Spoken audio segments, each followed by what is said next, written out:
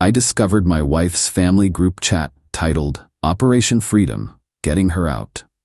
I didn't confront anyone. Instead, I quietly moved our assets, changed passwords. When she tried to execute phase 1 of their plan, she discovered I'd already completed mine. I, 35 male, found the group chat by complete accident 2 weeks ago. My wife, 33, left her iPad on the kitchen counter while she was in the shower. It pinged with a message. The screen lit up. Operation Freedom, Getting Her Out. That was the group chat name, right there on the lock screen notification. My stomach dropped. I picked up the iPad. Face ID didn't work, obviously, but I know her passcode, our anniversary.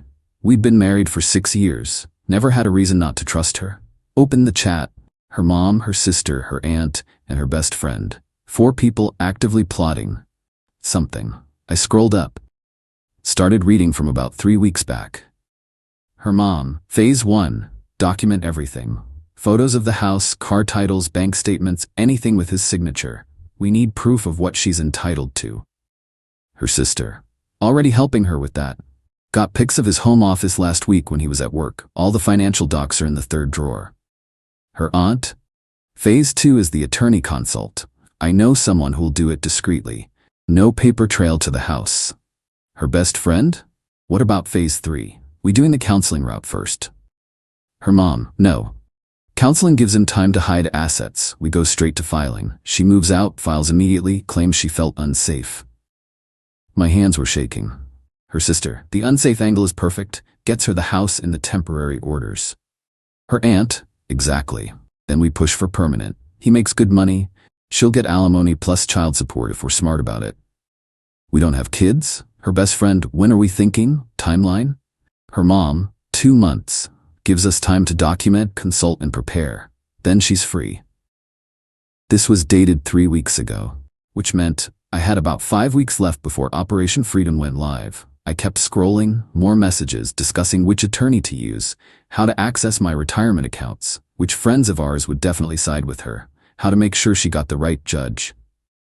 Her sister, remember, the narrative is controlling husband, isolated wife, financial abuse. None of that was true. I'm not controlling. She has her own career, her own money, her own friends. We split household expenses proportionally based on income. I make about $120K as an operations manager. She makes about $65K in HR. We have a joint account for bills, separate accounts for everything else. Financial abuse? I'd literally just paid off her student loans last year. $15,000.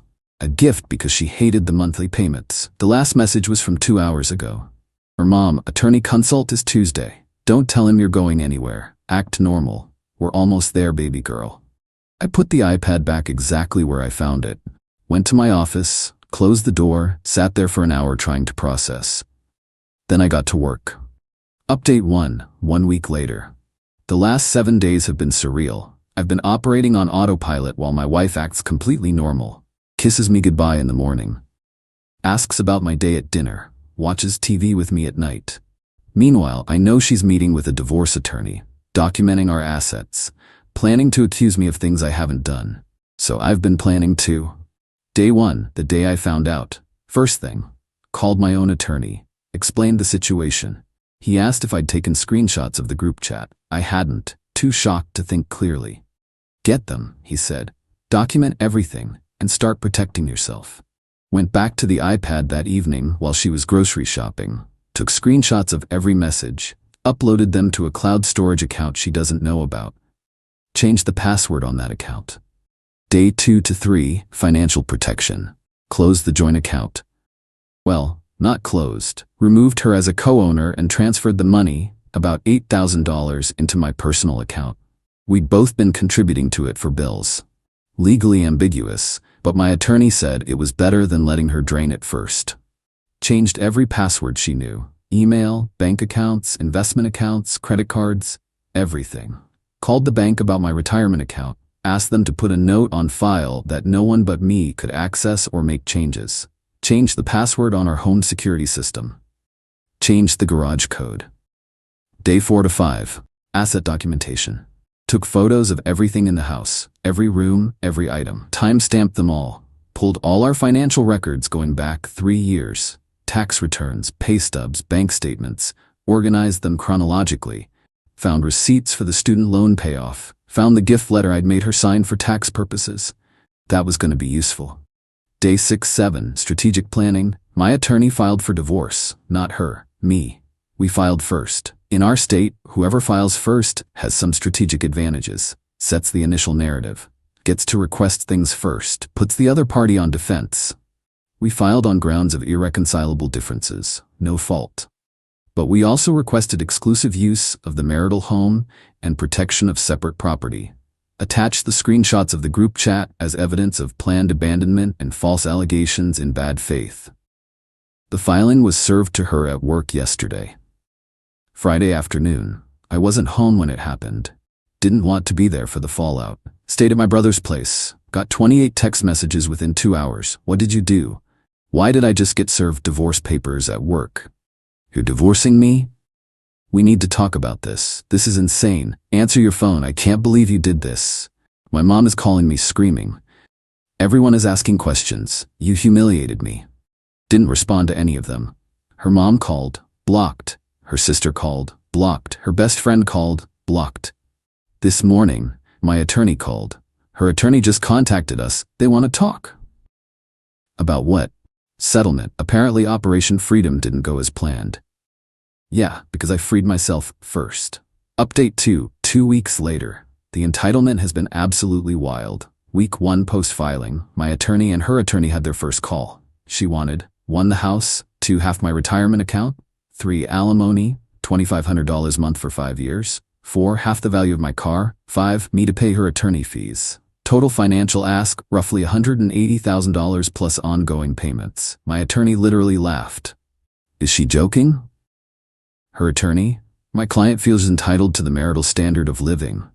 My attorney, your client was planning to falsely accuse my client of abuse to gain advantage in divorce proceedings. We have documented proof. Try again. Her attorney went quiet. My attorney, here's our counter. She gets her personal belongings, her car, and nothing else. We split the $8,000 from the joint account 50-50. Each pays their own attorney fees. She has 30 days to vacate the marital home, which my client solely owns. Wait, I solely own the house? Turns out, yes. I bought it 2 years before we got married. Never added her to the deed. It was always just mine. I'd honestly forgotten that detail. Her attorney, that's completely unreasonable. My attorney, then we'll see you in court with the group chat screenshots, and we'll discuss how your client committed fraud by claiming abuse that never happened. I'm sure the judge will love that. They hung up. Her sister showed up. Day 9. Saturday afternoon. I was mowing the lawn. A car pulled up. Her sister got out. We need to talk. I turned off the mower. No, we don't. Yes, we do. You're destroying her life. She was planning to destroy mine first. I just got there faster. She wasn't trying to destroy you. She wanted out. You're controlling and suffocating, and she couldn't take it anymore. Name one controlling thing I've done. She couldn't, just sputtered. I'll wait, I said. You track her phone. Life 360. We both have it. For safety, she can turn it off anytime. You won't let her have her own bank account. She has her own bank account, has had one the entire marriage. I've never touched it. You're ruining everything. She had a plan, a way out, and you stole it from her. She had a plan to lie about abuse and take everything I've worked for. Yeah, I stopped that. Cry about it. Her sister got in my face. You're gonna give her what she deserves or what? You'll help her file a false police report too? Go ahead. I have evidence of your whole family plotting this. Try me. She left. Came back an hour later with her mom. The mother-in-law. Her mom got out of the car, pointed at me. You selfish, vindictive man. How dare you serve my daughter at her workplace? How dare you humiliate her like that? She was going to do the same to me. Actually worse. She was going to falsely claim abuse. She felt abused. Emotional abuse is real. Name one emotionally abusive thing I did. Same problem as the sister. Couldn't name anything. You're just the way you are. The way I am, which is what? I work, come home, spend time with my wife, support her career, paid off her student loans. That student loan payment was manipulative. You were trapping her. I actually laughed. I paid $15,000 to trap her? By eliminating her debt? Sure. Her mom started crying. She just wanted to be happy. She wanted freedom. She was free. She had a car, money, career, friends. She was planning to lie about me to take more. That's not seeking freedom. That's committing fraud. We're going to sue you for emotional distress. Go ahead. I'll countersue for conspiracy to commit fraud. And I'll win. They left. The counseling ambush, day 12. Got a text from my wife. I booked us a marriage counselor. Tuesday at 6, we need to try. I called my attorney. Is this a trap? Probably. Don't go alone. Definitely don't go without recording it. I replied, we're getting divorced. There's nothing to counsel. Don't contact me except through attorneys. She called immediately. Blocked. Her best friend called. You're not even willing to try? What kind of husband are you? The kind who doesn't let his wife's family plot against him for months. She wasn't plotting. She was preparing. There's a difference. Not legally, there isn't. Goodbye. Day 14 yesterday, the house incident. I came home from work to find the locks changed. My key didn't work. Called my attorney. She changed my locks. On your house that you own? Yes. Call the police. Right now. Called the cops. Explained. I own the house. She's not on the deed. We're getting divorced. I have a court order giving me exclusive use of the property. 2 officers showed up. Then my wife and her mom showed up. Officer, ma'am, do you own this property? Her mom, it's her marital home. That's not what I asked. Is her name on the deed? My wife, but... Officer, then she can't change the locks. Sir, you'll need to call a locksmith to change them back. Ma'am, you'll need to leave. This is illegal. He's locking her out. Ma'am, he owns the property. She's been legally served with divorce papers that grant him exclusive use. She's technically trespassing. My wife started crying. Where am I supposed to go? That's not our concern. You need to leave. Her mom. She has rights. Not to someone else's property. She doesn't. They left. I called a locksmith. Again, new locks installed by 8 p.m. Cost me $350. Adding it to the list of expenses I'm claiming in the divorce. Today, my attorney called with an update. They want to settle. What are they offering? She takes her personal belongings, her car, $4,000 from the joint account, and walks away. Each pays their own fees. She gets $4,000 and I get $4,000. Correct. Done. When can we sign? I'll draft the agreement today. It's over. Almost over. Just waiting on signatures now. Final update. 3 weeks later. Settlement was signed last week. Divorce will be final in 30 days. State waiting period. But the 3 weeks leading up to signing were something. Week 1. The negotiation. After her attorney called with the settlement offer, we went back and forth on minor details. She wanted $5,000 from the joint account, not $4,000. My attorney, nope. 50-50 split or nothing. She wanted me to pay for her moving expenses. My attorney, absolutely not. She wanted to take furniture. My attorney, personal belongings only. Furniture stays with the house. She wanted 2 months to move out instead of 30 days. My attorney, 30 days, non-negotiable. Every request was denied. Because we had the leverage, the screenshots of the group chat, the evidence of planned false allegations, the fact that I owned the house and filed first. Her attorney finally told her to take the deal. She did. Week 2, the move out. She showed up with her mom, sister, and best friend to pack her stuff. I wasn't there, stayed at my brother's place, but I had the security cameras recording everything. They took her clothes, shoes, books, personal items, normal stuff. Then they took my coffee maker, my television, 3 lamps, the microwave, our wedding china, gifts to both of us, the artwork from the living room. I called my attorney. She's taking stuff that's not personal belongings. Do you have video? Yes, perfect. Send it to me. We'll add it to the agreement that she returns those items or we'll file a police report for theft. Her attorney called the next day. Everything was returned, except the coffee maker. She'd apparently already thrown it away. Fine. $80 coffee maker. I can replace it. Week 3. The aftermath. The settlement conference was video call.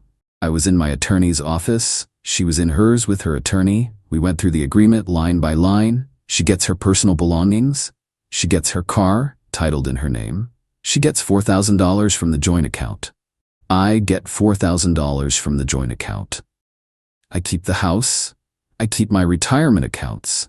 I keep my car. Each pays their own attorney fees.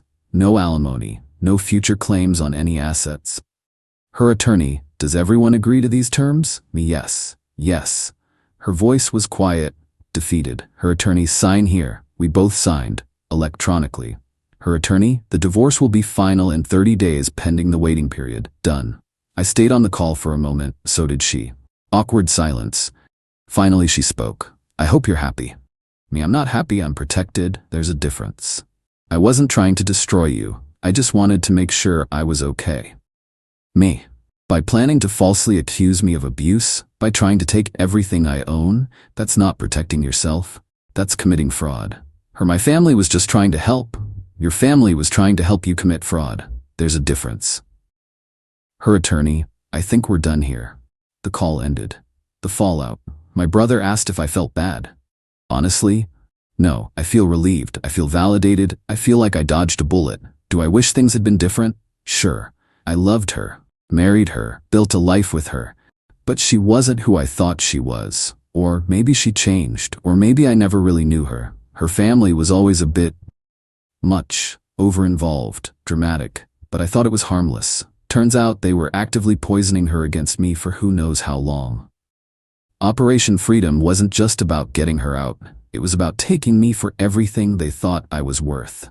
And they would have succeeded if I hadn't found that group chat. Financial breakdown. Total cost to me, attorney fees, $8,500, locksmith, twice, $650. Joint account split, lost $4,000, she got the other half, various small expenses, $500. Total, about $13,050, could have been $180,000 plus alimony, plus legal fees if she'd filed first and I'd had to defend against false allegations. I'll take the $13,650 hit. Where things stand, the house is mine. Quiet now. Weird being alone after 6 years of marriage, but not terrible. Works fine. Told my boss I was going through a divorce. He was cool about it. Said to take time if I needed it. Haven't needed it yet. My brother's been great. Had dinner with him and his wife twice this week. Normal stuff. Didn't talk about the divorce much. Just hung out. Friends have been supportive. Most of them knew something was off with her family. Nobody knew about the group chat planning though. Everyone was shocked when I told them. Her family, haven't heard from them since the settlement. Good. Her, no contact. Blocked everywhere. Nothing left to say. The lesson. Trust your gut. When something feels off, it probably is. Document everything. Screenshots saved my financial future. Act first if you have to. I filed before she could. That changed everything. Don't confront until you're protected. If I'd confronted her about the group chat immediately, she would have just accelerated her timeline. Instead, I quietly prepared while she thought she had 2 more months. Family isn't always on your side. Her family poisoned that relationship, convinced her she was a victim when she wasn't, encouraged her to commit fraud. That's not support. That's corruption. The irony. Operation Freedom was supposed to free her from me while taking half my stuff. Instead, it freed me from her and a family that saw me as a target. She wanted freedom. She got it. Just not the way she planned. And now I'm free too. Free from a wife who would lie about me. Free from a family-in-law who would encourage her to commit fraud. Free from constantly wondering if I was enough, if I was doing enough, if they approved. I'm good. Not great yet, but good. Better every day. And in 30 days, I'll be officially divorced with my house, my retirement, my dignity, and my future intact. Operation Freedom succeeded after all, just not for who they intended.